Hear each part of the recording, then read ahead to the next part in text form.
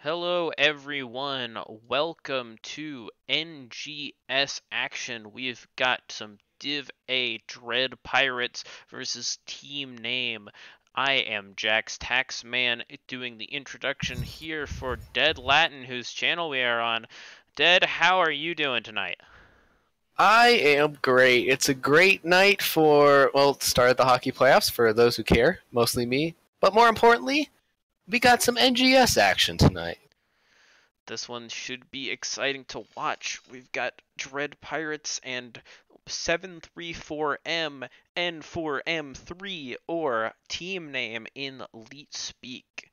And these teams are a little far apart on the standings at the moment. Dread Pirates 9 and 3 in games in 4th place in Div A with 12 points, while team name is 5 and 11 in games, currently tied for 10th place with 6 points. Yeah, and this is a important upcoming couple weeks here for Dread Pirates as they start to get into some of their flex matches and catch up point wise. This gives them an opportunity to get into the top three. Well, take at least third place potentially with a win tonight, sole place of third.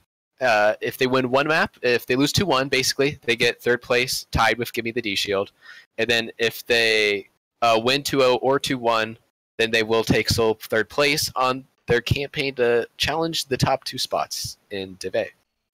Yep, it's coming down to the wire. It's quite exciting. Everybody wants to challenge for those top spots, and every game could be a hard game regardless of where you stand in the schedule. Even though Team Name hasn't had the greatest season so far, it doesn't mean they're going to be a pushover. This is a Div A team, and every team in Div A deserves to be there for a reason. All of these teams have talent and skill, and if you let them, they can definitely beat you. They're more than capable of that. Yeah, exactly. I don't think this is one that Dread Pirates can take off, especially because Team Name is really hungry for a win tonight. They're just on the outside of the playoffs looking in right now, with them being 2 points behind PFM for 8th place. So, important night for them. Yep. And we are just hanging out in the lobby, waiting for everybody to get into game. But Volskaya Foundry, our first map, after seeing Towers of Doom and Infernal Shrines being banned out by these teams. And Volskaya, it's a pretty fun map. You got the Protector, these points. It lends into some point control style comps, but not exactly the same as Braxis or Dragonshire say, because it's more about the team fight on the point rather than two spread out points that both need to be controlled. Yeah, and it's interesting because Volskaya lends to. Normally, HOTS maps are either very macro based or very micro based, and Volskaya is one of the few that forces both. It's a decently sized map, so that you can allow to get some good split push going if you wish, before the enemy team has time to respond to it. But at the same time, it forces you to fight on these points, seeing which team is the better micro team as well. Yeah, and it's another interesting honor it has is probably the biggest map that Dahaka is not a priority on, since you see that lack of bushes on this map. There are a few, but not a whole lot, so the Brush Stalker doesn't get as much value, so I doubt we will see him here, despite the fact that he is a strong solo laner in general, and despite the fact that it is a big map, and that's where you'd usually want to pick a hero with that global presence. Yeah, this map has kind of its own meta for solo laners because you kind of want a solo laner who focuses more on team fights necessarily than maybe one who can push as much. So solo laners like Urel that normally would never be considered, we actually sometimes see picked on this map. Yep, we did. I believe it was the last time we were casting on this map we saw a Yrel come out and wreak havoc in the bot lane. And so, yeah, this is one of those maps she does really shine on. She's not nearly as good as she was on release, but she's certainly no slouch. Probably the weakest of the big name solo laners, but she still is one of the bigger names in solo laning at the moment. Exactly, and something to be looking out for are these point control assassins like Kel'Thas as well, who can really put in a lot of damage when a team is forced to stand inside of his spells. Yep, that's true. Kael'thas is really an interesting pick, especially as you get to these divs. Like Div A, you don't see him as much just because, he's easy to punish. He's a little more of a feast or famine hero, not all the way feast or famine, but if you can just avoid the circles on the ground and avoid spreading a bomb too much, he loses a lot of his value. And as you get higher up in the ranks, it becomes easier to do just that. Players are better at dodging those skill shots, so he gets a lot less value than he does at the lower ranks, when people are more prone to walking into a stray circle on the ground. But it'll be interesting to see, especially if they have somebody who has a comfort pick on Kael'thas, if somebody would still consider going for that. It does seem like we have both teams in our lobby. We're about ready to get into this draft here in just a second. So we are just about to get into it. It'll be interesting to see who these teams will prioritize here on Volskaya. Maybe go in tank like a Nubrak. Ana, always a strong pick. Or something like a Blaze for the off lane. Zeratul for some rotates. I don't know. What do you think? What do you think we'll see here early on? Oh, I think early on we're going to see some meta bans likely.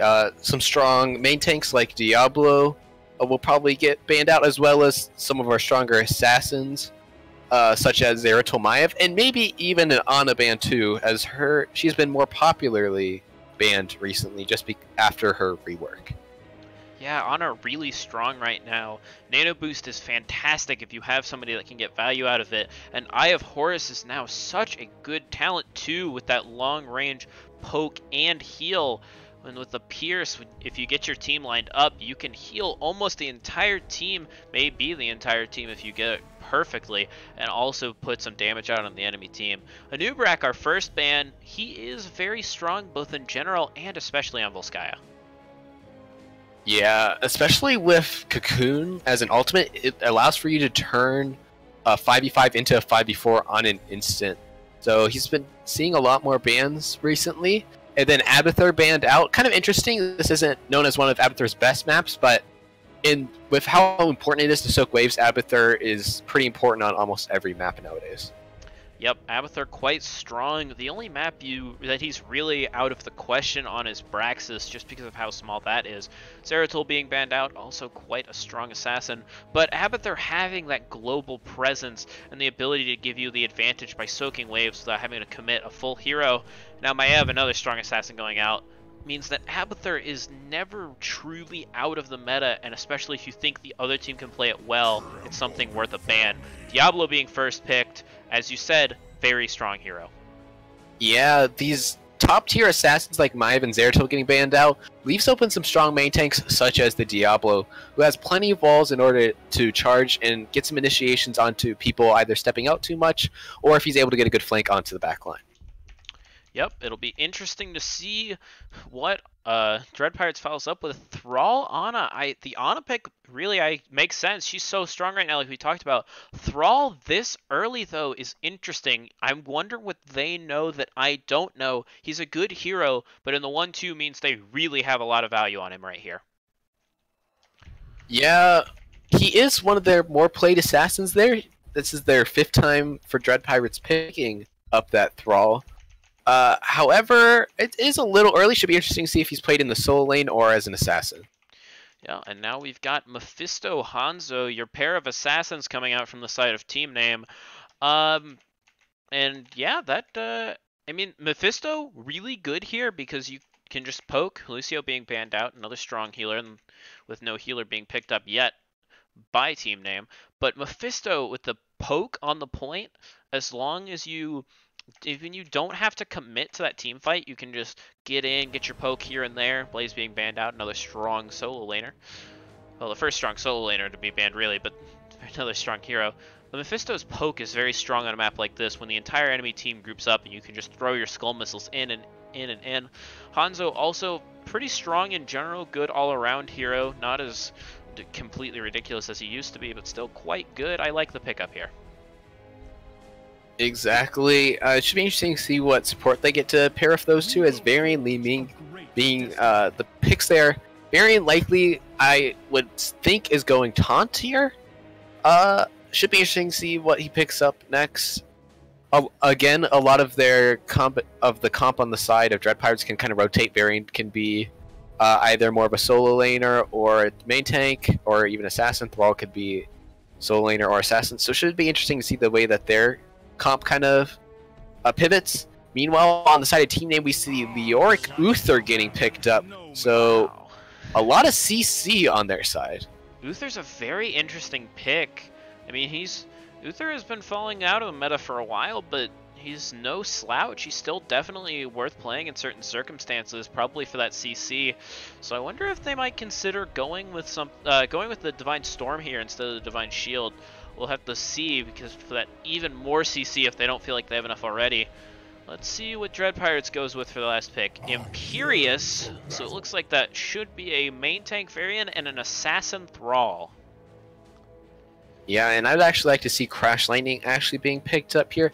But looking at both of these drafts, I think I prefer the draft of Dread Pirates, just because they'll be able to really poke down with the Li Ming, get down these Uther heals, and then be able to go in, especially after if the Mephisto goes in too early, then that will lead for them to again have another engage easily onto Team Name. Yep. I like the last pick, Imperious, as you were talking about, the flexibility that Thrall could be either the solo laner or the assassin. Varian could be a solo laner on his own right, or he could be the main tank. Leaving it open like that means that for Team Name, they didn't know exactly what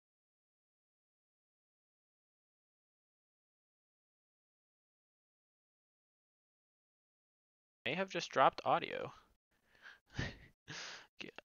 The audio should be back now. Sorry, I think I lost it for a second. But that flexibility kind of throws Team Name off there in the draft. Means that they don't know exactly who's going to be where, and makes it harder for them to get counter-picked. So, you know, I like that. And what it partially comes down to for me, I also agree. I like Dread Pirates draft more here. Is that they have the Ana, and despite Ana, I mean, just Ana in her own right is very strong, but also there's not a ton of dive from the side of Team Name to get to that Ana and kill her. I mean, Diablo can be played very well as a dive tank, but beyond that, I don't know what they follow up with. All right, here we go. Entering the first game. Yeah, for the first game on the side of Dread Pirates, we will have Sir Stiggles on the Li Ming, Bat Mary on the Imperious. We'll have the Slithering One on Thrall, Mystic on Ana, and Delurker on the Varian. And on the red side for Team Name, we've got Little Killer Pony on Hanzo, Nova Rising on Leo, Majesty playing Mephisto, a lot of O's, Patience playing Uther, and Logicalia playing Diablo. Here we go, game number 1 on Volskaya Foundry. And we are seeing 9 players in the mid lane, Imperious going straight to bot. We see Team Name here trying to scout out, see if they can catch anyone out. Not seeing much though. Dread Pirates content to stay back here, as it's important to note that Hanzo did go Q quest there, as well as with Unyielding Power for Skull Missile quest, and Silver Touch actually being picked up here by the Uther. So lots of quests. Meanwhile, Varian did go Lion's Maw, so definitely look for him to be getting a more of main tank build. Well, now we see 4 members of Team Name rotating up to Delurker on Varian. He's not in any real danger, he just simply backs up. Doesn't take a whole lot of damage, but it's an interesting rotate. Ana finds a sleep on the Diablo, but no real follow-up. Thrall roots him, but then just lets him go. And we are back to lanes. Imperious being left alone in the bot lane for the moment. Leoric rotated up to the mid lane. And it's a lot of back and forth rotations right now. Both teams looking to find any advantage they can get. Yeah, I'm surprised on the side of both sides, really. They haven't gone in, as the Logicalia actually looked for Delurker in the top lane there, but wasn't able to find him. As now we just see Dread Pirates rotating down. However, it's going to be a little bit late, so they won't be able to immediately pick up a second fortification camp until a little bit later in this first objective phase. Wow, interestingly enough, looks like Team Name's going for the early support. Very, very early take of this biotic emitter. But with 2 members taking the turret from the side of Dread Pirates, and they're just going to get it for free. Nobody could really do anything to them. They only have Thrall and Varian in the area. Not only that, but Logicala looking for Delurka there, along with the stun by Patience. Will they have enough damage, though, as the rotate up by Mystic will be enough heals in order to save the life of Delurka, but will force for him to back. But a really good play, I agree, on the side of Team Name, as they will be able to get item advantage for this first point. Yep, and that's, I mean, that's what you want to do on Volskaya, is find a way to get yourself the advantage by grabbing that biotic emitter before the first point is up. And they did a really good job of it, because if you're Dread Pirates, you don't expect Team Name to take it that early. I mean, for God's sakes, both teams are level 2. I mean, that is so early. So you don't think, when they're missing, you think, oh, they're taking their turret, just like we are. You don't think they're going for support, but that's exactly what they did, and it paid off for them. They're now securing their turret with Patience and a little killer pony, and just holding their own in the mid lane, so they will have an item advantage for this first protector, or the fight on the first point, like you said. And if they could pick up the first protector, it'd be a very strong start for them, but it's, you know, still quite early. We do see the taunt coming out from Varian. Not really surprising, but there it is, making it official. Yeah, as right now, Dread Pirates kind of rotating down, seeing if they can catch anyone out here now that they do have the taunt. That does give them a nice power window until 10, where they have that additional ultimate. Yep. But both teams just kind of poking on point there. They decide to go after the Diablo, as Logicala, though, has plenty of health in order to survive, as both teams continue to just try to stand on the point, with healing emitter is popped. That's a very early drop of biotic emitter. Healers are getting kind of low, but still, you hate to use it that early in the fight. Yeah, as now Bat Mary going in, looking to see if they can catch out Nova Rising there. However, now Logicala taking a ton of damage there. He's forced to back up, but they won't be able to get the kill. Instead, we see Majesty going in, trying to do a ton of damage to everyone there, and Nova Rising being forced to Wraith Walk out. Majesty now going in to see if he can finish off Delurker, being forced to back up, but Sir Stiggles is so low. Now Delurker might be himself caught out. The Honor Heal's not enough, as they are able to get the pick, and thus Team Name will be able to pick up this point first. Yeah, if we look at the hero damage from the side, from both sides, we see that Hanzo leading the way for Team Name, but Leoric actually a close second, which is kind of interesting. And you see the from the side of Dread Pirates, Imperius has a huge, well, huge maybe a small exaggeration, but you know, quite a bit of a lead over Li Ming right now for top hero damage. He's been putting in work as an assassin, even though he's a bruiser. But in that last fight, it was not enough. He got several nice spears, but they couldn't really do anything off of it, and ended up losing the fight and controlled the point. Yeah, as right now Dread Pirate's going to pick up a turret right before this last fight. They are going to be a little bit late, though. Forcing for Bat Mary to have to go, or actually Slithering one having to step on the point. Gets on the back line at a little parry, forcing to back up, but Logicala taking a ton of damage on the side of Team Name. Is able to get the flip onto Slithering one, forcing out a trade. Now Majesty able to do a ton of damage before he TP's back. Little Killer Pony just trying to do a ton of damage, but Mystic is able to heal up a lot of this on that Ana, as now they look for Nova. Forced to use Wraith Walk in order to barely get away, but that will be enough for them to stall the point for now. That's a big, important fight. The arc going down could have been really bad for Team Name, but as is, they're just going to have to back up, give the point, wait for them to come back. Leoric will full back, and they'll take this opportunity to clear the camp in the top lane. Mephisto also backing. Looks like Dread Pirates are going to invade the turret camp here, and why wouldn't you? You know they have to go top to clear that camp. You know that 2 of their members just backed, so you might as well just go ahead and take the turret, get the item advantage. They were very happy to have 2 turrets in that last fight. It really helped them pump out that extra damage. And now they will take the item advantage 1-0, I believe. Yep, no items from anybody else except the 1 turret that Bat Mary is holding on that Imperius. Yeah, but now we see the engaged by Logicala. Let's see if he can get out. Sir Stiggles teleports away. Nova Rising very deep now, but the spear does go out onto Logicala there, forcing for Delurker to actually go down to the Hanzo. However, they are low on the side of Team Name, taking a lot of damage there. And we will see Mystic being able to heal up, keep them healthy. So Mary able to go in, as they are able to get the kill onto both Hanzo and Diablo. They're looking for more, though. Looking for Patience, who is very low. Slithering one, though, also very low. Has to be a little bit careful now. Now Nova Rising misses his ult is able to Wraith Walk away there as Majesty forced to stall on point before he TP's back. But that will be the first objective going to the side of Dread Pirates. That was very, very well done by Dread Pirates there, because it was a very strong early advantage for team name, and especially in that fight, they picked off Varian before any kills were found by Dread Pirates, but Dread Pirates just kept it cool. They stayed in the fight, they kept looking, and they found a couple picks, and they turned it into a one team fight and a one protector. They're going pushing top for that well. They're not going to bother sticking around mid for too long. They're getting right to business. They are taking that fountain down right away. They want it dead, and they want it dead now.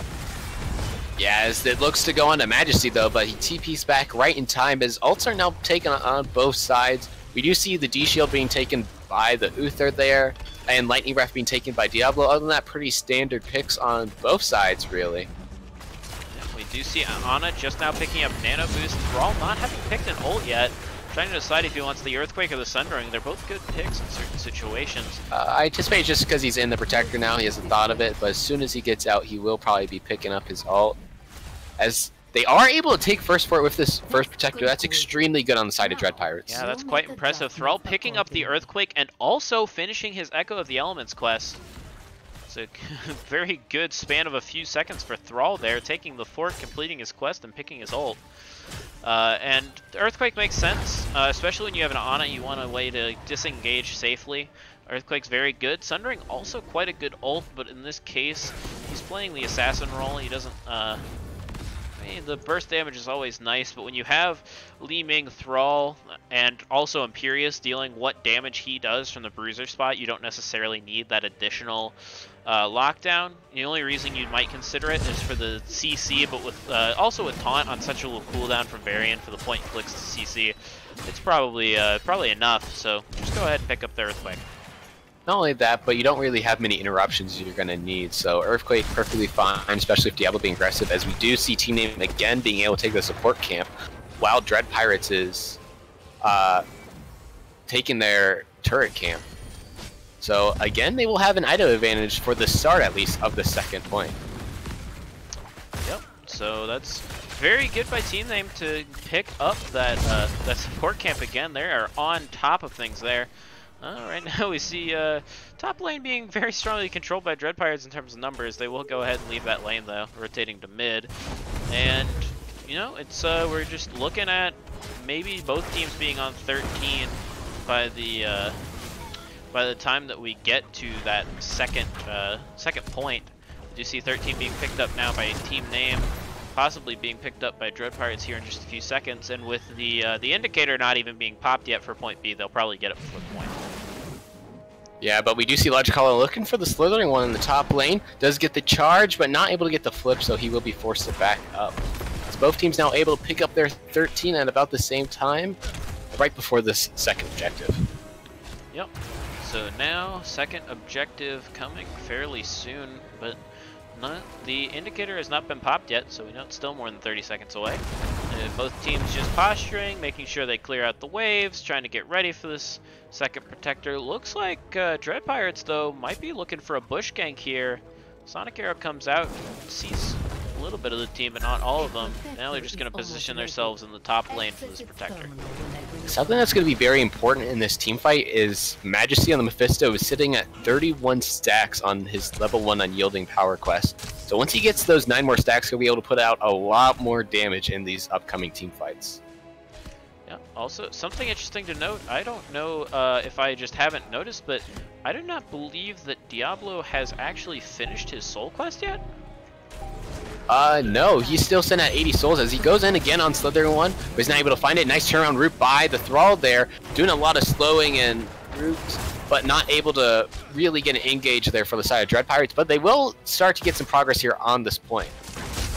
Yep, and just posturing. Good job by Varian to sit himself on the point. He didn't necessarily need to be in the fight yet, just get that percentage. Yeah, Logicala just trying to look around here. The Lurker fine to just kind of 1v1 battle with him. So both teams looking for opportunity. We will have Nova Rising getting an early rotate out from that bot lane, so it will be a 5v4 here as Logicala goes in on Lurker. However, they don't yet have him. Nova Rising now up, but Logicala is so low. I don't know if they'll be able to fight. Yeah, looks like Dread Pirates are just going to back off here, give the point back over, spread out, try to find value in other lanes. And with a 66% advantage, you can take a second to step back, reassess, go take those turrets to get an item advantage, and then re-engage. But, you know, right now there's an XP lead. It's fairly slight, but it's definitely there for team name. They could maybe consider the support if they wanted to. They will, looks like, commit to it.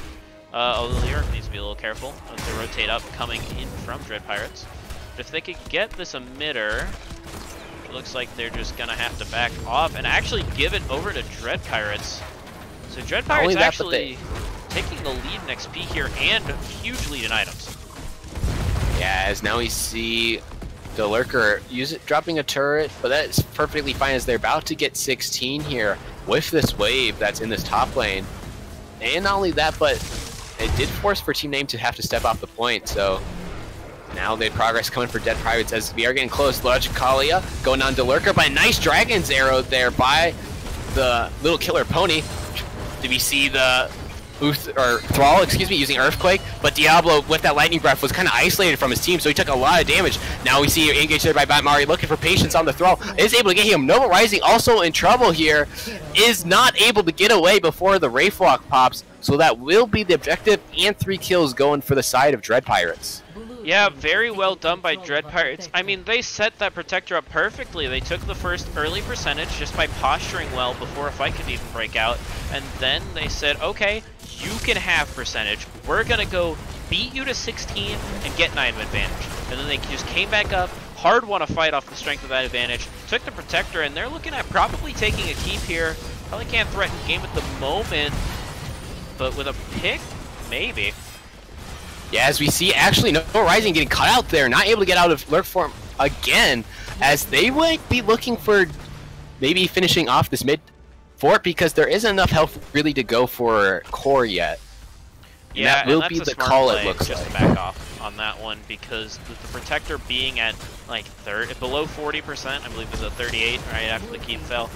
You don't want to risk it because that's a very dangerous call, but it was good value. They managed to finish off the mid fort after taking the top keep, and now they're rotating down.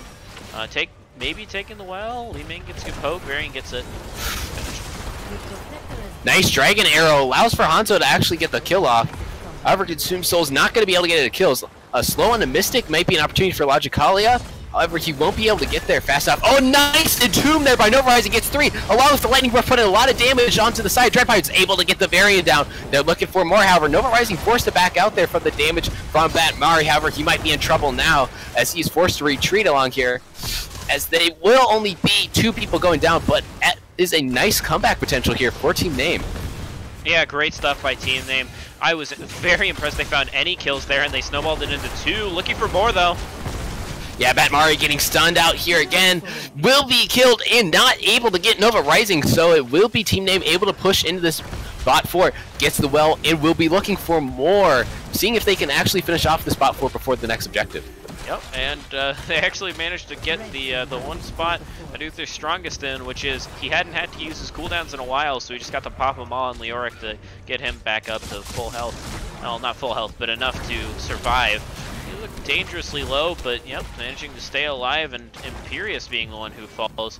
And that's huge for Team Name because A, it gives them more experience, B, it allows them even longer advantage in map presence. And there's not a C. I don't have a C. But those are both huge right now. When they're down like this, you want to make it more even. They're going to go ahead and take support again, which is so strong for them. And they're catching up in this race to 20. They're still behind, but the margin is much smaller than it was before. And I want to give a shout out to Nova Rising. That was a really nice Entomb there onto 3 people along with the Lightning Breath in order to set up that fight on the disengage by Dread Pirates. However, it will be on the bottom line. It looks like Uther gets cut out here, slithering one going in. It forces D-Shield to be used before the next objective, along with a turret being able to be picked up here by Dread Pirates. Majesty tries to stall it out, but it won't be. Will force for Earthquake to go in. Nova Rising looking for more, decides to back off there with that Wraith form. Yep, so that is a 1 ult for 1 ult trade. We see Divine Shield going out from Uther, and we see the Earthquake coming out from Thrall. I mean, I guess Li Ming may have used her ult, but it is on such a low cooldown that it doesn't really feel like you're getting a whole lot if you force her to pop it. But Earthquake has a... No, right now it's about 15 seconds, maybe 18 seconds behind the Uther ult. It's about a 20-second longer cooldown in general, and so that is a good trade for the side of Team Name, although it's not super meaningful. They will both be down for this fight, and Divine Shield probably more impactful to a fight than Earthquake at this point. Well, the bigger problem for Team Name right now is they're going to lose the race to 20 here. So there will be a solid, almost a minute, I think, where Dread Pirates will have that 20 advantage, and thus Team Name won't be able to engage on that point, as we see Nova Rising the top lane just desperately trying to soak for 20. Now we even see Logicalia rotating mid in order to try to get some soak in this mid wave as well. But that forces for Team Name to just back off here until they are able to match the level 20s of Dread Pirates. Yep, and that is a very strong advantage. We see Nano Boost upgrade coming out. Actually, every member of Dread Pirates picking their ult upgrade. And, yeah, it's quite interesting to see. Makes sense, though. All of these quite strong abilities. Nano Infusion, very good. Earthen Shields is so good for Thrall. Heavenly Host giving basically a Lucio sound parry to Imperius' ult. Some of these are great. Now we do see finally the ults coming out from the side of Team Name. They're probably going to look to engage right here. Yeah, Logicalia needs to make sure he doesn't get split like he has been the last couple fights lost by Team Name. So we do see the Nano going onto Sir Stiggles there. A nice Entomb there onto the Ana, however, there's no follow-up there. So we see Batmari going to put a lot of pressure onto Logicalia and Nova Rising now. The D-Shield is going onto Logicalia during that lightning grab. However, he's so low, he will go down here to the Imperius, but not before Ana is taken out. With the healers being traded out, a nice Consume Souls there. Gets one, not a second one yet, as now Nova Rising caught in the middle of the team. Majesty doing a ton of damage, is able to catch out the Thrall there. But Batmari isn't able to do 4, as that is a 3-for-none trade. So here will be the re-engage by Team Name. Nova Rising goes in a little too early before he's able to get healed up there. As now, but here comes Patience here, looking to do a ton of damage in CC onto Batmari. Little Killer Pony has to be a little careful. Logicalia will make sure that he will survive for a second here. As now the flip on the Lurker will end up in him dying as well. Oh, Little Killer Pony fell very low there from the turret. That was very scary for him. So a 5-4-2 trade, I believe, but Diablo had the souls, so he will be back up. He is now back up to 34 souls. That's actually stacking a lot better than he was in the earlier game. But yeah, 5-for-2, and one of them being souls, and the other being Leoric, who was the quicker respawn time. He can siphon life off of you, means that very bad trade for Dread Pirates. And now with both teams having 20 and all the forts being down, this is not a very easy defense for Dread Pirates. I mean, I don't think this is game for Team Name unless Dread Pirates lose several members, but it certainly will be a keep, probably a little more. Yeah, is with that late Varian kill, there won't be enough time for Dread Pirates to be able to come back and contest this point. Not only that, but Team Name able to do a ton of siege damage here in order to soften up this keep wall, and pretty much guarantee, unless something goes wrong, they will be able to probably take this keep down in the bot lane. So we do see them pick up the objective here with Mephisto, and it looks like we'll see who else. It will be Logicalia getting in here in order to start the siege in this bot lane. Yeah, we see Leoric is just clearing the top and mid lanes to relieve a little pressure, and then he is now on his way over. Take the long way over through mid, but a little bit of fighting going on, just poking down the Protector from the side of Dread Pirates. Li Ming eats a lot of damage from that Protector laser. Yeah, Nano Boost was used a little early on the Sir Stiggles there. So early, in fact, that the Protector could just back up there and wait out the duration of that Nano Boost. However, they are getting hard zoned out here with this Protector. They almost need to just go in, and because every second that they wait here is just time that allows for the poke to go out on the side of Dread Pirates. Nova could look for an Entomb possibly. Arrow comes out, Entomb does come out, only finds the variant, but he will go down. Yeah, the Protector will be able to finish this off. A nice Dragon Arrow there set up, the easy Entomb on the side of Nova Rising. So it looks like they're trying to see if they catch out Majesty. However, he is able to just back away with some help from Nova Rising there. Actually, we see an aggressive go in by Logicalia. Is able to catch out Mystic there. Consume Souls will not be able to get the kill, unfortunately, though. And Nova Rising is extremely low now. Has to be a little bit careful. Battle Mary taking a lot of damage. However, he also will be able to back up there. So only Varian falling in that exchange. Nano Boost now online, and that's Pretty big for Ana to be able to live that, and then now the ult back online for the next fight.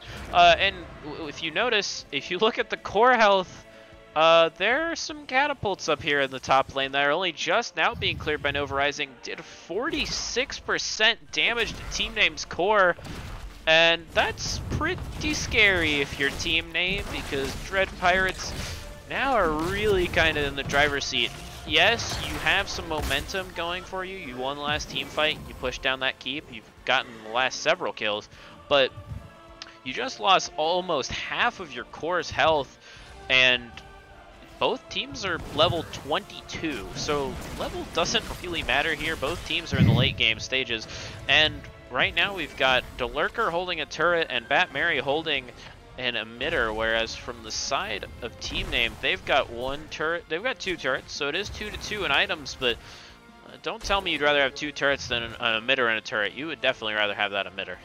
Yeah, Team Name actually looking for a potential invade here. Delurker not found out by Nova Rising. We'll see if he is able to get a nice Entomb here. So the engage does go onto him as the Entomb goes onto the Ana yet again. Lightning Breath being popped to see if he can burst him down, as leaving with Sir Stiggles actually able to burst down the Hanzo in time. That leaves the tanks of Team Name in trouble there. Nova Rising barely able to get away, but Logicalia not as lucky. Yep, and well, that was, I think it was supposed to be a bush bait, but it didn't go too well for him. Yeah, Majesty also gets caught here, will not be able to get the kill on Sir Stiggles. That Skull Missile just barely not doing enough damage. It actually will be core being looked at by Dread Pirates. Yeah, I think they have enough to get it here. They've got a 3-member advantage here. They have both a turret and an emitter if they need it, and there's only half of the core's health left to take down. It's a little dangerous. They have to be careful of the emitter being popped pretty early here, but it looks like there's going to need to be a huge Entomb here by Leo, as he actually gets burned down before he's even able to hit Entomb now. Now the core shield's dropping. Just Uther here for the defense and his trusty turret here. They're trying to put some damage on the Batmari. Even with the D-Shield, though, the core will be going down, and that will be game 1 being taken by Dread Pirates. Yep, you cannot Divine Shield the core, and so it will fall. And so game number 1 going over to Dread Pirates. As we take a look at the stats, kills, Dread Pirates taking the kill lead 14-12. Dread Pirates will take that first game victory on Volskaya.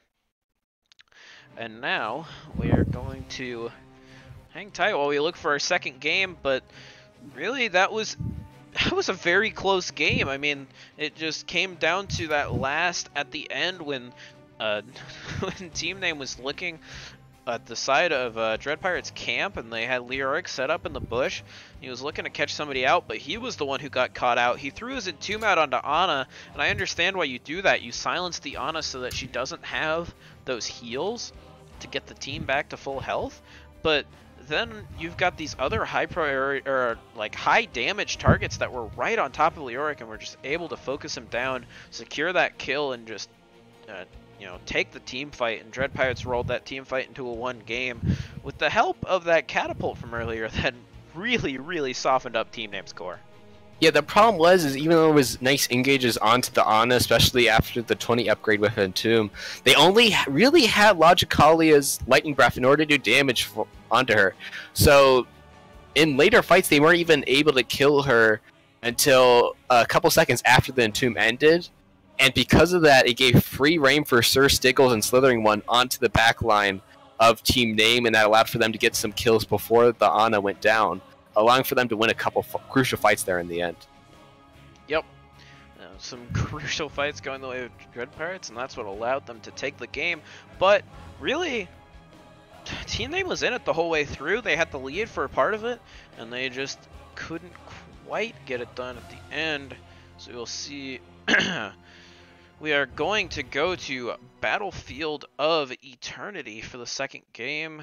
And this map was picked by Dread Pirates, so Team Name electing to go with first pick. They actually won the coin toss and chose first pick there too, so they do really enjoy themselves the first pick. Yeah, it should be interesting here. They actually were soaking pretty well there, but again, another kind of fight heavy map here, which Dread Pirate was winning a majority of the fights in that last game, so it should be interesting to see if we see a switch up a strategy here by Team Name. Yep, and Battlefield of Eternity, what is so critically important is that Immortal clear. And there are two ways to take down the Immortal. And the first way, which is the very straightforward way, is just to take your race assassin, get your Artanis, Hanzo, Raynor, what have you, and you just shred down that Immortal. Just keep poking at it, keep shredding away at it, and then, you know, try to win it that way. Just don't get caught out. If you need to take a fight, you can, but try not to. Just kind of poke away at it. Or you can try to win a team fight and roll that into taking the Immortal, so that you can you just wipe the enemy team and then you have free reign to burn it down. And the problem with that is that if you don't do it right and you don't wipe the enemy team, then they're just gonna come right back onto you.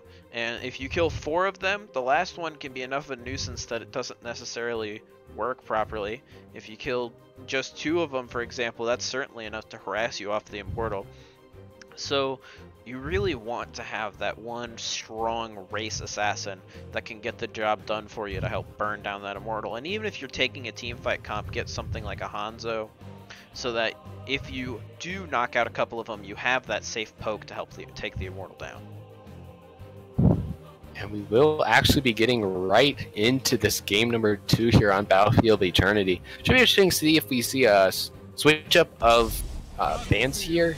I think they will probably mostly stay the same, though, on both sides, because there wasn't really anything that jumped out as dominating. It was a very team kind of based effort on both sides in these team fights. Yep, the only thing I could see is if maybe you don't ban the Abathur here because it's a little bit of a smaller map. But then again, if you think the other team has the capacity to play it, then Abathur can still get value by just soaking that top or bottom lane, or maybe even both, while the teams are battling it out over the Immortal in the center of the map. So who knows? You could switch that ban up, but you might not. So we'll just have to wait and see. Yeah, I definitely agree here, as Anubrak will be first banned yet again. As we were talking earlier, very strong Zeratul will be banned, so it should be interesting to see what their second ban is. Maybe the Diablo, very strong main take in the meta and being willing to be taked up by Team Name, so that might be what Dread Pirates is looking for here. Yep, I mean, Zeratul, very strong hero. I mean, he can rotate around and get the ganks, and like he could go take a camp, he can do whatever he wants. So Zeratul, strong hero, always a good ban regardless of the map. And it's not necessarily his best map. Oh, the Li Ming being banned out here. That's more of a respect ban, because we saw the Li Ming come out strong from the side of Dread Pirates last game. Yeah, and especially I might have looked to see more of an Ana ban, because they kind of enable each other in fights. And Ana was able to do a ton of healing for Dread Pirates. So you're kind of able to shut down both, but maybe they're looking to potentially take Ana on the side of Team Name. Yep, Maiev being banned, and that's... We do see Zeratul and Maiev both being banned out in both games, although the Zeratul was... I'm sorry, was the Zeratul banned out last game? Yeah, Zeratul was banned out, except it was banned out by Team Name. By Team Name. Okay, sorry, I just want to make sure I had that right. This time we are seeing it banned from the other side. We see Sylvanas Tyrande getting archery going. Dread Pirates got the bow and arrow locked and loaded. Their quivers are full. These are two very strong heroes. Yeah, it should be interesting to see if Sylvanas is the burn. Hanzo is very strong burn on the side of Team Name. The only problem is he doesn't really have solid burn until he's able to complete his level 1 quest. So for that first objective, you kind of have to be more team fight focused. Well, Ana Diablo is a very solid core to shore up the main tank and healer positions for Team Name. Oof, if I see Ana Diablo coming out from the other side, I'll tell you what, I'm scared. I mean, that's so strong. Diablo is probably the best main tank in the game right now. Jaina coming about banned, she's quite good. But Diablo, probably the best main tank in the game right now. There are a few others you can make arguments for, maybe like Anubrak, Garrosh, that sort of thing. But he's so good right now. He's just so strong with all that CC, huge health pool if you get the souls. And Ana is so good, and we saw it last game why Ana is so good. And so seeing those two come out from the other side, you better believe I'm scared if I'm Dread Pirates. So they're going to have to pick something real nice here, scheme up a nice plan if they want to take this game. Yeah, I would like to see, though, some more protection for that Ana, as Diablo is a very aggressive main tank. He isn't normally wanting to be backing up and getting some stuns out for your Ana, who needs a lot of protection. Instead, he's looking to be the engaged. And with Ana not having the best follow-up to Diablo stuns, you will need a little bit more protection, as Varian Artanis going to be picked up by the side of Dread Pirates. Yeah, and this is just about the only map you see Artanis on frequently, because he does have pretty good race on the Immortal. So that's what the pickup is. So you've got to assume with Delurka playing Varian again, we're going to see another taunt, especially with that Artanis alongside him. Now, if your team name, I think you maybe consider a Blaze with that peel and the stun, or the Arthas, another very good peeling tank with his roots and his slows. And then Mephisto coming back out. They liked the way he was playing last game, so they're just going to keep him stayed put on the Mephisto. And then last pick going over to Dread Pirates. But I really like those two pickups. Yeah, especially with the Nano Boost that will be coming out here, because it's pretty much suicidal for Ana to take Eye of Horus here against Artanis, especially if he takes Orbital Strike or whatever. The Orbital ultimate that with the beam talent, because you have to just sit there and take a lot of damage. But the Nano Boost on the Majesty is going to do a ton of damage, especially because he was their main damage dealer in these large team fights last game. Yeah, so the Falstad coming out, that's an interesting pickup. I mean, Falstad he's a good hero. I mean, he'll be played as an assassin here, but it's really interesting because part of the reason that Falstad is taken often is because of that global value, or pseudo-global, but essentially the fly can reach pretty much anywhere on the map. But you don't necessarily get a ton of value off of that here on Battlefield of Eternity. It's not a tiny map, but it's not a huge map, and really you're only rotating between lanes if you want a gank, a camp, or you need to go to the Immortal. Yeah, however, he will be very powerful with his hammer in order to kind of control the choke points around these Immortals in these team fights. Especially if taunt Varian, you will be able to do a ton of damage with that hammer in these first fights. Yeah, and we are just about ready for this game. Game number 2 on Battlefield of Eternity, with Dread Pirates having a 1-0 lead. Here we are. Yeah, it will be for Dread Pirates on the Sylvanas Slithering one, Mystic on the Tronda, Sir Stiggles on the Falstad, Bat Mari on that Artanis, and then yet again on Varian Delurker. Yep, and playing for the side of team name on the red team, we see Patience on the Ana, we see Majesty on the Mephisto, we see Logicala on the Diablo, Little Killer Pony on the Hanzo, and on Arthas is Nova Rising.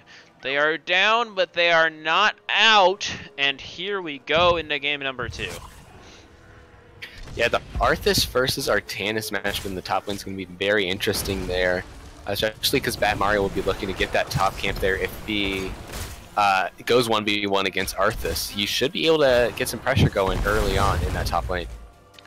Yep, and I gotta tell you, just based on first impressions, I think I slightly prefer Team Name's comp here. They have the Ana, and they don't have a ton of peel for it, except that Arthas' roots, if he lands them right in team fights, should be enough. And there's not a ton of dive on the side of Dread Pirates. The real danger is if he gets swapped by Artanis. But Dread Pirates, their draft is no slouch. They have good Immortal race in the form of that Artanis. Tronda, a very strong healer, and the Varian worked out great for him last game.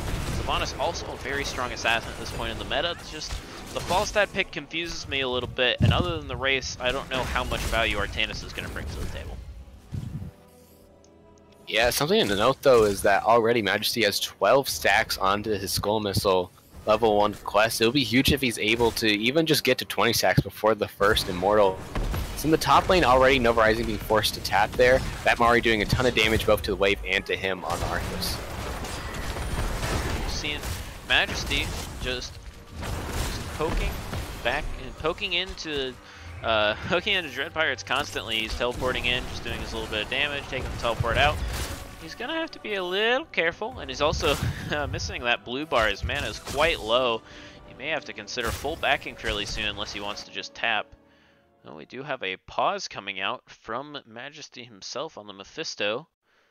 So yeah, Falstad did end up flying top there in order to put some pressure on Nova Rising, but immediately as soon as they saw they couldn't get the kill, is rotating down here, as we might see a fight being broken out over the spot siege camp, as I believe that team name does know that Falstad did fly top, so he will be slow to respond to the spot siege camp.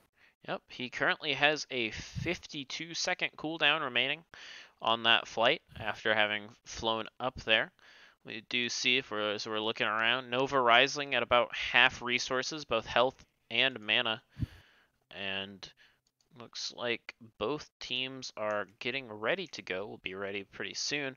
But Arthas being forced pretty far back. Artanis is playing up because of that Falstad rotate. But down in the bot lane, it means that, well, it means that maybe team name should have taken advantage, but at the moment, they don't have a huge lead. Yeah, something that needs to be kept track as we actually do resume the game now is Little Killer Pony getting those 20 stacks on Simple Geometry. It's crucial for their Immortal race that he's able to complete that quest pretty early. Yep. So we've got 3 heroes all looking for stacks on the side of team name and 2 heroes looking for their own over from Dread Pirates. And if you count Diablo's Souls, that makes 6 heroes in the game that are all looking for stacks. Yeah, and there are a lot of stacks being taken by Majesty. Is able to get up to 21 stacks, so he will get that bonus damage onto Skull Missile already. But no one looking for the camp. Artanis now is taking that Bruiser camp. Meanwhile, no one taking it on the side of team name, so that will be a big advantage for Dread Pirates in this first Immortal phase. Yep. Now we see level 4s being picked up by both teams. Not a whole lot of players from Dread Pirates have selected theirs yet. I'm not sure they noticed they picked up level 4. Taunt coming out, not surprising. We do see Possession from Sylvana, so it'll be interesting to see what value she gets from that. And she just now goes ahead and possesses some minions. But now we will see big fight over the Immortal. Well, not necessarily. Look, Dread Pirates just getting a lot of burn here. Well, team name elects to just take their Bruiser camp. So halftime show coming, and we've got a huge lead in Immortal health for Dread Pirates. And Dread Pirates actually, for the most part, just gets this first Immortal for free. They weren't able to actually get a complete clear until now that was finished up by Immortals. As we see Majesty going and doing a lot of damage onto the back line, but now we see Logicalia looking for the Lurker, getting very low with the reduced healing. He will not be able to get away. Art's able to finish him off, but now that Mari in the middle of the team gets rooted there by Nova Rising, but will be able to escape. So a nice defense on the comeback by team name as Hanzo will start onto that Immortal clear. Yep, and this is that sort of strategy that I mentioned, the last one I mentioned when we were talking in the pregame, is that you try to have enough team fight that you can just run the enemy over, but then that burn in the form of a Hanzo here that can actually go and hurt the enemy Immortal once you do get that numbers advantage. But with that Immortal being so low, Dread Pirates can just look to engage here. Yeah, only 3,000 left. Meanwhile, Hanzo's just at about half. However, a lot of damage going on to Bat Mari, forcing for a taunt onto Logicalia. Bat Mari will barely be able to get away, it appears like, but that will force for the team of Dread Pirates to have to back up here. As now Sir Stiggle seeing if he can actually steal from the backside, forcing for it to go onto him, and then Slithering One will be able to finish off this Immortal for the first objective go onto the side of Dread Pirate. Yeah, but that was a very, very impressive comeback in terms of Immortal health, with Mephisto almost being caught out in that bush. But in terms of Immortal shielding, I think about 4,000 left on this Immortal, and it looked like it was going to be a whole lot more than that. It was a very good job by team name to win a fight so they could get some burn in and not lose members there at the end. I mean, Mephisto had to back, but still didn't die, didn't lose anyone. And you did see, when you looked at the Artanis' health bar, he was under 50 health. He got away with his life by the slimmest of margins. Logicalia might be caught out here by the Immortal Stun, ends up getting taunted, and that will be the finish onto him, as now this will be the first fort looking to be picked up here by Dread Pirates. Yep, Logicala was there just trying to poke and harass a little bit so that the defense wouldn't be, so the fort wouldn't go down for completely free, but ended up paying for it with his life. Got a little too far out, and that Diablo will go down. Immortal will now go down without getting a whole lot on the keep wall, but a good first Immortal from the side of Dread Pirates, picking up that whole top fort. We'll see what they got bought. A little bit of damage on the wall, but Sylvanas is rotating down, trying to make it more. Yeah, as we see the collapse on Nova Rising here, taking a lot of damage, but will be able to get away. That's very crucial. As him going down, actually we see Bat Mari being a little too aggressive, is flipped over the wall there by Logicalia and will end up going down as the race for 10 does start now, as that kind of eliminates the advantage that Dread Pirates had in the XP department. Yep, and you do see that right now the top camp is pushing unopposed for Dread Pirates, but the bottom camp being picked up here by team name. Artanis sent top. Looks like he's going to go ahead and step up to clear. I think he was being cautious to make sure he wasn't being rotated upon. But it was a good job by team name to respond by grabbing that bot camp before Dread Pirates can get to them to stop them from taking it. Now they're just going ahead and having Arthas clear top. Artanis on Batmari now rotating down to the bot lane. Maybe looking for a flank because team name doesn't know he's here. Yeah, as he actually does respawn up now. A lot of damage going to Killer Pony. Is able to leap away, but Logicalia being caught out a little bit here. He ends up getting taunted and will end up going down, as that will be a kill being picked up right before the Immortal spawning phase for Dread Pirates. You know, I think that Bat-Mari swap might have actually saved Little Killer Pony's life. He swapped Hanzo over right next to that wall where he could just leap over, and I'm not sure Hanzo would have lived if not for that. They do find the Diablo, so it's not all bad, and the Diablo might not have died if they had focused on that Hanzo, so really, no real loss, but it was kind of funny to see that he took that swap to try to engage. It might have actually saved the life of the Hanzo because of it. The real advantage, though, gained here by Dread Pirates is they're able to get halftime, as they were able to take their Bruiser camp early enough before Team Name was able to, forcing for Team Name to back off, but they were able to also get a lot of XP towards level 10. So now we see the Lurker looking to see if he can maybe catch out Logicalia as they go in after him. A nice swap there. However, he's able to charge away before he gets taunted by the Lurker. So he will have to back up a little bit, heal from Patience. But now Nova Rising look to see if he can maybe get an engage here onto the main tanks of Dread Pirates. We will see Starfall being used now, and that will be a huge APOC there, being able to stun out too. So we do see Artanis all being used to Patience, forcing for him to back out here. A lot of members low on the side of Dread Pirates. A nice Dragon Arrow, able to get two of them caught in the stun of the Immortal. As everyone low, they will be able to fish up Battlemari and the Falstad as well. So that will be a 2-for-0 in the favor of Team Name, but at the cost pretty much of most of their Immortal health, as that only has 500 Immortal health before it dies for Team Name. Yep. And wow, I mean, wow, what more can you say? That was a really good job by Team Name to pick up those kills, but like you said, they're going to lose the Immortal because of it, looks like. Well, they might lose their main tank too if he's not careful. As we will see the flag coming in here by Sir Stegos, will confirm it. But they did take a lot of damage on the side of Dread Pirates, so we'll be forced to back up here and give the globes over to the side of Team Name. But you will need to start to see some stabilization. I think the major problem right now for Team Name is the fact that Hanzo only has 5 stacks still on simple geometry, and that really hurts their Immortal Clear ability. Or burn ability, excuse me. You did see that Mephisto did finish his level 1 quest. Oh, very nice Gust. Will save the Lurker's life there on Variant. Nice job by Sir Stiglos on the Falstad. Great Gust. Yeah, we will see an engage here on the side. Dread Pirates looking to see if they can catch out the Nova. They will be able to with the swap. Killed Arthas. Now looks like Focus turning on to see if they can get a little bit of damage on the Majesty before he teleports back. So they will look to see if they can finish off this keep wall at least, maybe. But they are very low. Mystic gonna have to be very careful here not to be cut out by a Skull Missile and some damage by Majesty. And because of that, it will appear that Dread Pirate's just going to back up here after taking the wall. Yep, we got Mystic still fairly low, but should be able to escape. Pop Starfall on the retreat. And so now you think about that Gust, and how huge was that Gust by Sir Stiggles? because it saved the life of the variant. So all of a sudden, what could have been a 5v4 in favor of Team Name stays a 5v5, and then they immediately turn and catch out the Arthas, and it becomes a 5v4 in their favor instead. And so that was huge, and now they're looking to siege up bot keep, as most of the members of Team Name were top looking for that camp. I don't know that they'll be back in time to save this keep.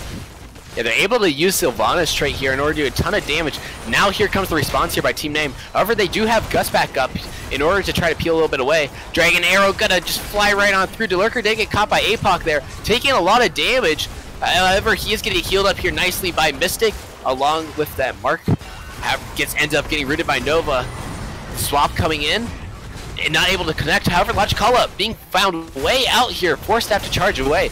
Now it's Nova Rising who's in the middle of the enemy team. He himself is taking a lot of damage, but he will be held up by Patience. Can the Consumcoals get a finish off? No, it can't, as Battle Mari barely able to get away after the scatter arrow as well from Little Killer Pony. Yep, and now here's the advantage. Here's the one small advantage that Team Name has right now, is that they have a camp pushing in the top lane. So they have wave pressure, and here's everything they have going against them. Level 13, although that will quickly be rectified, and, well, currently they've got, they're down pretty big in structures, and they're going to be down a bruiser camp. And so that's actually one thing that Team Name has really been lacking on, is the pickups of the bruiser camp have been very late. I think it's been at halftime, or, you know, while Dread Pirates was getting to halftime in both the first two Immortals, and they have not picked it up here, and they don't even look like they're going to. Yeah, Delurker now looking, gets the stun on Nova Rising, but not the taunt, and as that goes out onto Logicalia. Both teams kind of just poking around though, waiting for one team to really make the large move in order to engage. Yep, and this is really better for Dread Pirates right now. They've got the XP advantage, and they've got a camp pushing the bottom. A huge taunt and stun onto Logicalia, forcing a ton of damage on him. However, the nice APOC there, able to get the turnaround kill onto the Artanis. However, now a big Dragon's Arrow, able to get onto Delurker and Sir Stiggles, but he will be able to get away, especially if Nova Rising being forced to back up here. Yeah, wow, it's pretty impressive that that was... that trade went the way it did. Watch out, Majesty! Majesty will fall too. Yeah, I mean... He got a little greedy there, looking to see if he can finish off some of the low backline members of Dread Pirates, but especially with Logicalia being forced to have to clear that bruiser camp, that will allow for, actually on the side of Team Name to be able to pick up halftime. Delurker has to be careful there, gets charged by Logicalia, but able to barely get away there with a nice stun by Mystic. And now... Two catapults on the core, though, will force for Team Name to have to back up a little bit. Yeah, well, I'm not actually... it looks like Team Name's just waiting for their Mephisto to join them, and then they're going to go back in. But that does give some time to Dread Pirates to get some burn in. They're going to get a pretty big lead in the Immortal race here before this team fight starts to break out. Exactly, as we see the charge on a Mystic goes out. However, he wasn't able to get the follow-up stun as he takes a lot of damage in response, along with Nova Rise. The Immortal is picked up here by Dread Pirates. They are looking for more, see if they can get the kill on Nova Rising. Artanis ult will not be able to finish it off thanks to the feeling from Patience. And the Consume Souls barely not being able to finish off Sir Stingles. However, Battle Mary is caught out here and will go down. So at least they're able to get the kill there. Is Little Killer Pony able to? Yes! Nice scatter there. Will really help with this defense by Team Name. And that was a great Dragon's Arrow. He knew that the Falstad was running away. And it was funny, I wasn't even looking. I thought the fight was over, and then all of a sudden on the minimap I saw the Dragon Arrow come flying out, and I said, hey, hold on a minute. And he found it. But this is huge for Dread Pirates with that Immortal pushing top. They are looking bot right now. They're just gonna have to back off. They don't have everyone with them. Artanis only just now being up, and Falstad not respawned yet. But they did get the second keep, so they have a huge structural advantage here. And they're actually, Delurker looking to invade here. Just gonna have to back up though. They do have 16 advantage here, so it looks like they will be looking for the fight. Delurker gets charged here by Logicalia. APOC being popped there, not able to catch anyone. The re-engage will go on to Diablo. He will end up going down. Now Delurker looking for the Mephisto with Majesty. Will TP teleports back, not able to get taunted yet. A nice play there by Sir Stiegels in order to get the Gus. We'll end up being able to get 2 kills along with him being able to put pressure onto the Ana and get a third. Nice Looks like play they're there looking as to it will. end. That was very nice Yeah. play, and they may actually be able to end here. They have a 5 versus 1 and a 16 advantage. Yeah, exactly. This is the perfect time for Dread Pirates to go in here. Only low killer pony, but no one really low for him to look to try to see if he can pick off here. As it will be he himself going low, but a lot of damage going on to the core now. Dropping to 30%. That will be Dread Pirates taking this series 2-0 for the domination. Yep. Very well done by Dread Pirates, and that game looked a lot cleaner for them than the first game. As we see the kill numbers 9-7, so that was still very close, but it looked so much smoother for them. They were just keeping themselves in the advantage the whole time, and it was really just a lot of, I thought, macro for a lot of that game. Stuff like taking those camps consistently, while we didn't see Team Name doing the best job of getting their camp every single time. And just that sort of thing. They just kind of always constantly had the extra wave clear pressure and the waves pushing in. So that, I think, was part of what gave them such a large edge there. And what was interesting to me was I thought in that first match, Team Name did a great job of always going for that support super early, always getting, like, this is our advantage. We get support, we get support, we get support, we get support. And then in the second game, here on Battlefield of Eternity, they were not getting that bruiser camp. They were always on the back foot. Every time, Dread Pirates were getting it early, and Team Name was not. So it really flipped the script from what we saw in the first game, where in the first game of Volskaya, Team Name was the one that was being proactive and getting that advantage by going and grabbing the support camp. In the second game, we saw Dread Pirates take it back, and they were the ones that were pushing their advantage by just going and getting that bruiser camp as early as possible. Yeah, and that allowed for Dread Pirates to be able to basically get halftime for free almost every single phase, which was crucial for them to be able to get some of those early immortals as well. And I think that was the difference, at least in game number 2, just that bruiser camp taking and allowing for them to get the immortal. Yep, and I would also like to say that Sir Stiggles on that Falstad hit some great gust. He was doing work. The Falstad was all over the place. You saw the disengage gust, the engage gust. You saw gust from everywhere. It was like he saw something that looked like a good opportunity. He was going to gust, and it was going to work. And it worked. It was great. I loved watching those gusts. So now I'm hoping that we may get an interview with somebody from the side of Dread Pirates to get a little into their mind of what they were thinking there in that last series. We'll have to see. We will be getting Mystic here, I believe, who was a crucial support player on the side of Dread Pirates. So maybe get his insight on maybe whether it be some of their picks or the mindset of the support player in some of those last games. Yep, playing the Tyrande here in the second game. I don't remember actually what he played in the first game. Was it the Ana, I believe. Yeah. Yes. Yeah. Yes, that's right. The Ana coming out in the first game from them because it was let through on first pick by Team Name. That's right.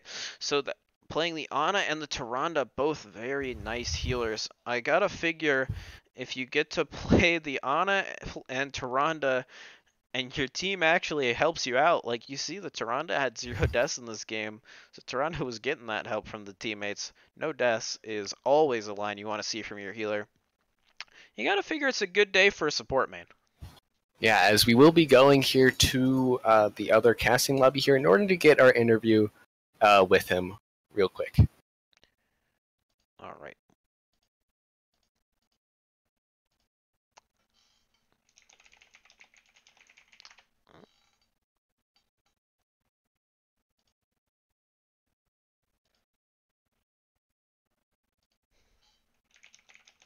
Hey. Hey, how are you? Doing fine. Yourself?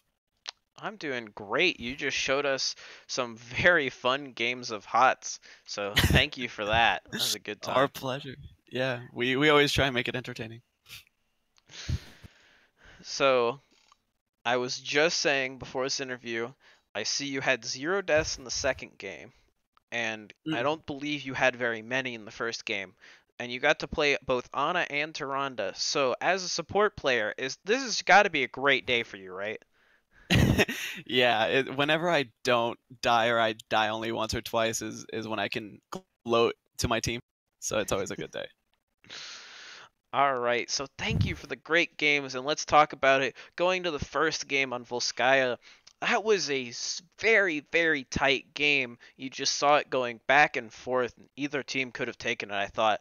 But I thought what really turned it there at the end was you saw, I mean, I guess you didn't see it until it happened, but the Leoric was positioned so far up at your camp, and you guys just did a great job of collapsing on him and just swinging that team fight all the way in your favor when it was supposed to be a gank against you. Can you walk me through that moment from your point of view? Yeah, I mean, I think all the credit really there does go to Delurker, our tank. On very end, his reaction speed was just so quick to the point that like the second Leoric showed his face, we were able to lock him down, and he's always a slippery target. But the fact that we were able to get it after that, we just knew we already had the game plan. We had talked it through in the in the objective prior, that if we got a certain amount of kills, we were just going to core. So the fact that we knew going into that takedown, and they also overextended just a couple of times, and we were just always ready for it. Luckily for our tanks, Imperius is also just such a great hero. Sorry for that, but it was tricky. It got tricky with the Entomb, I gotta say. Yeah, saw the Entomb going out on you. It's always a scary moment, especially with the buried alive, but you made it work. And I mean, you're right. You were catching them out on this rotates, but it was still a very close game. I mean, why do you think that game was so close, and what kind of eventually tipped it in your favor? I mean, I guess it was really the one team fight, but if you want to give any insight on anything else that was going on in that match. Yeah, I mean the biggest thing, the biggest concern for us was really they were able to jump in on us very easily. Diablo is such a scary hero, especially when you're playing. I mean, at least for me as a healer, when I'm playing Ana, like there's just so little I can do if he decides to jump in on me. Um, Sleeps aren't always easy to get there, so we had to play a little cautiously on the engages. We did want them to come to us, but when when we were ready, so we had to be very careful about ganks. And I think that's why some fights just we went looking for them, and it didn't end up going very well for us. We did try and be a little risky, but then they would just catch us. They were so good at catching us. There was one team wipe where they just did everything perfectly, and we couldn't do anything about it. But I think really what happened at the end was we finally just kind of got our footing back. We weren't staggered anymore, and um, it was just really easy at that point to say, okay, what's going on here? They're going to be looking for the gank. We knew that they were going to start looking for the gank, and we were able to turn around on them. Yeah. Wow. Thanks. All right. So, game number 2. I thought you guys played it way cleaner than game number 1. And one thing that I thought made the difference was I thought you really improved sort of a macro sense of putting way more pressure on them, because they were always going for early support camp in the first game, and in the second game you guys kind of swung that your way by you were always on point with those early bruiser camps at the objective, and so you got a lot of immortal damage while they were just sitting back to try to take theirs. I mean, was that a specific game plan, or were you just going in like, oh, it's time to take the bruiser camp, and it ended up working out in your favor? Can you walk me through that a little bit? Yeah, I mean, one of biggest advantages that we got in that game was actually kind of a last minute decision with the Falstad.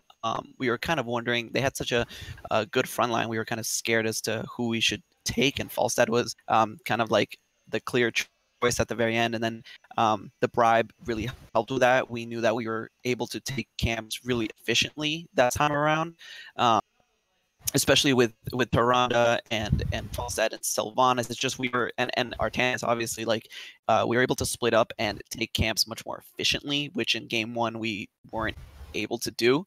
We weren't the best camping team that time around, and And in the second game, I think we were also just in much better control of the engages. They were still scary with the Diablo, but I think without the Leoric, we were able to be a lot more confident in what we were doing. So yeah, the camping ability, just we felt a lot more confident being able to like split up and get whatever camps we want. Nice, nice. I think the Falstad, it surprised me. I was not expecting a Falstad there, but it clearly Surprised worked us too. out. But his gusts were on point. I saw a lot of great gusts, disengage, engage, you name it. I mean, it was really fun to watch.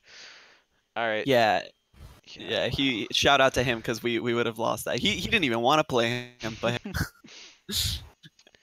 Ted, do you have any questions for him? Sure. So both games we actually saw the Ana go Nano Boost. So maybe do you want to talk about when to take Nano Boost versus Eye of Horus in today's meta? yeah, I mean, I think a lot of the time if you have someone that I personally think Eye of Horus is a 90% of the time way to go. But in these two cases, in the first case, I mean, with Li Ming, it's, at level 20, she's just invincible. She heals herself, and you don't have to worry so much about her and the damage she can put out. When you have a target like that, it's fantastic. And usually you have a player that's very reliable. Hopefully no one saw the Li Ming miss all of her skill shots when I nanoed her at the end, but that's neither here nor there. But usually you have someone that can then you turn team fights very easily. In the second case, on a small map like BOE, nano boost. If you have a mage, if you have even a Hanzo, like it gets very scary with nano boost. And also on such a small map, Eye of Horror, sometimes you just don't get the value. Especially we were able to come in on them very well. So Eye of Horror, if you don't have a map, or even if you're facing a bad team comp where they can just jump on you very well, Eye of Horus, it just isn't the right move, because a lot of people don't just don't have the reaction time to cancel out of it. Some people don't even know you can cancel out of it. I learned that way too late into my playing. But so yeah, I think Nano Boost definitely has its spot. It's just very, you just have to know when to pick it right. But it's a great ult. And then I'd say kind of in between games we saw in game one, a lot more focus onto especially the main tank there of team name versus in game two where you guys were kind of looking more for the backline. Can you kind of talk through maybe who you were targeting in team fights and what that was like, shot calling or like calling out in comms like? Well, in game two, again, it was one of those that Falstad pick. All the pieces kind of started coming in because we were worried about the front line. To be honest, we were worried that it was so beefy. A Kerrigan pick that we were thinking of, or maybe another melee. Arthas shuts them down, so we knew Sylvanas does a lot of damage, a lot of raw damage to the tank, and we weren't going to worry so much about that. And then Falstad, luckily, again with the build that he went, is able to take down squishy heroes very well in the back. And Artanis is always a danger. You never know when the swaps are going to come. And then with Varian, all it takes is one quick dash. But with the Varian, with the Artanis, we were actually just looking to shut down the tanks, because with Tyrande, you're able to make a tank very squishy at the end of the day. And so our main focus was, I think Diablo, we caught out of position a couple of times and just shut him down with Hunter's Mark and Taunt. And we always tried to just, if you take that away, Arthas isn't the best peeling tank, and we were just able to jump their backline very easily. And then my last question has to do with that very nice play in game two in order to get their bot keep after taking that bot camp. Can you talk about maybe the power of Sylvanas in being able to pull out plays like that? Oh God, yeah. I mean, one of the I think if you listen to our comms, 90% of the time we're just saying it's trade up, just because it's so amazing. Like, I mean, we honestly should not have, in my opinion, we should not have survived that. We shouldn't have been able to get keep. But with Sylvanas on that map, you're able to. She always has been, but even now, you can make just any small wave so dangerous, and people, underestimate that value of like, the minion wave there with 2 heroes. I think it was only 2 or 3 of us even that we ended up getting the keep with, and then everyone caught up. But she just makes anything very deadly, and a lot of people think like, oh, it's just Sylvana, she might not get it, or whatever. The keep is at half health, but I mean, she's just so strong and so quick and slippery with that talent that with Will of Forsaken. No one can catch up to her. And shout out to him as well, because he used it so well to escape a couple of times. It's very scary to have her against you. Speaking of shoutouts, any shoutouts you would like to give about your team or anyone else? I honestly have to say, and I feel very bad about this, but the Leoric I can't remember who played him in the first game. He played really, really, really well. I think in the team wipe at the bottom objective, I had to get out of position because I was so afraid of him, and then I ended up getting caught there. That was the death. But he played really well. But then shout out to my team, and shout out especially to the Lurker, because again, on that variant, so scary to the enemy team, and I felt really confident just to be able to heal and do what I had to keep my idiots alive. Great. Thank you guys so much. Congrats on your win in 3rd place now in Div A and NGS, especially down the stretch with your last couple games coming up. Yeah, thank you. All right, that was a great day of HOTS, a great 2-game series. Thank you very much, Mystic. Congrats to all of Dread Pirates. I really appreciate your time. I appreciate Thanks so you much. putting on a show. Anytime. You can always expect some kind of shenanigans from us. Okay, I think that'll about do it from us tonight. So we wrap up this game. Awesome. Night. Good night. Good night. Well, another successful match. We're gonna send the viewers off on a good one. Anything you'd like to say before we head out? I would say look out for some upcoming matches here tomorrow. We will be on the playing side of the Nexus Gaming series with House of Ches versus UARC Esports tomorrow 8. It's not casted yet, but still be looking out for that. And then on Friday here, we will be back in action with yet another cast, as it will be me and you scheduling team name yet again versus PFM. These two teams very close together. I believe only like 2 points separating them, with a win being very important for them in order to try to make playoffs. Well, I almost hope team name wins, because if we cast them twice and they lose both, they might start to think that we're giving them a curse and they won't let us cast them anymore. Yeah, caster curse, I guess, a gigantic caster curse more than so calling out a play. Hopefully, I don't want to be biased and say hopefully they win, but hopefully we don't see the caster curse taking over Friday's game. Yep, but that should be a good one. Always looking forward to some fun HOTS here in Nexus Gaming Series. Always a pleasure to cast these games with you. And I think that'll about do it for us tonight. So everybody, thank you for watching. We'll see you next time in the Nexus. Be sure to follow Dead Latin on Twitch. This is his channel. He makes quality content such as these streams like you're watching right now. Thank you guys so much, and have a great night, and I'll see you in the Nexus. Take care.